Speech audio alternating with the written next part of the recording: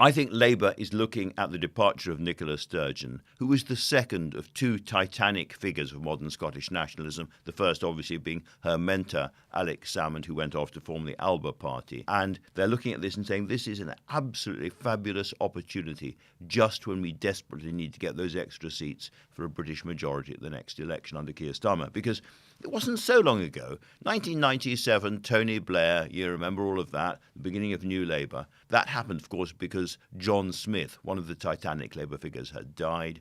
But even then, Labour got 56 of the 72 seats that were being fought in Scotland. They were absolutely, overwhelmingly the majority party.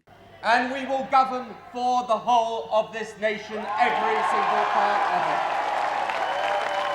And by the way, crammed with extraordinary talent. You think back to Donald Dewar and Robin Cook, Alistair Darling, and all of those figures. There's a great cohort of very, very powerful and important Labour figures coming from Scotland. And it vanished like snow off a dike, as they say in Scotland, very, very fast. So is there the possibility for a new Labour majority across the UK to be based on winning back lots of Scottish seats? There are plenty of people who clearly think so. The journalist Torquil Crichton is taking on the Western Isles. He's a local man there and feels very strongly that he can win that seat. So is your manifesto a Labour manifesto or a Scottish manifesto? And then you've got a bigger figure, Douglas Alexander, who was a minister under Tony Blair and Gordon Brown, has been out of politics for a long time. Well, he's just got the nomination to stand for Labour in East Lothian, another now winnable seat. Douglas Alexander is a shrewd guy. He wouldn't be doing that if he didn't think he had a very strong chance of winning that seat and returning to government. So there is a kind of prickle of excitement on the Labour Party's nape, if the Labour Party's got a nape. And this could be big news.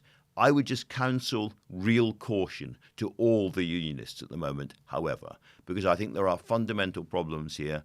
I think a new SNP leader could actually revive the party a bit rather than depressing it or suppressing it. There'll be a little bit of a surge of energy with a new leader, and I think the fundamental problems that caused the rise of the SNP in the first place are still there. Scotland has not been happy or comfortable in the Union for a very, very long time. And through most of my life, government has often felt in Scotland like something that is done to Scotland rather than something that Scotland was part of.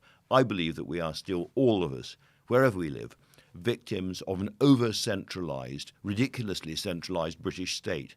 That's why levelling up became such a mantra when the Tories started to win Labour seats in the north of England and the Midlands.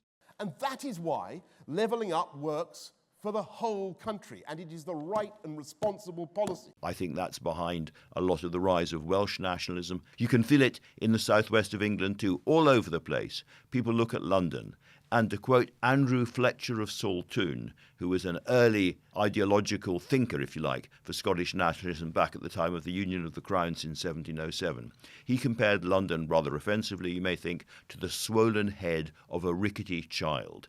And he said, far too much power, money and influence has congregated in this small part of the southeast of England. And it is still true. And I think the big task for whatever government we get next time, perhaps a Labour government, I hope a Labour government, is to rebalance British politics, rebalance power so that London has a bit less of it and the great cities of England and Scotland and Wales all feel they have more control over their own destiny, because that is how successful countries like Germany and France, others across the continent of Europe, that's how they run their affairs, and that's what we should be doing as well. Well, thanks very much for watching. I record one of these videos more or less every week. If you want to get the next one as quickly as possible, please subscribe.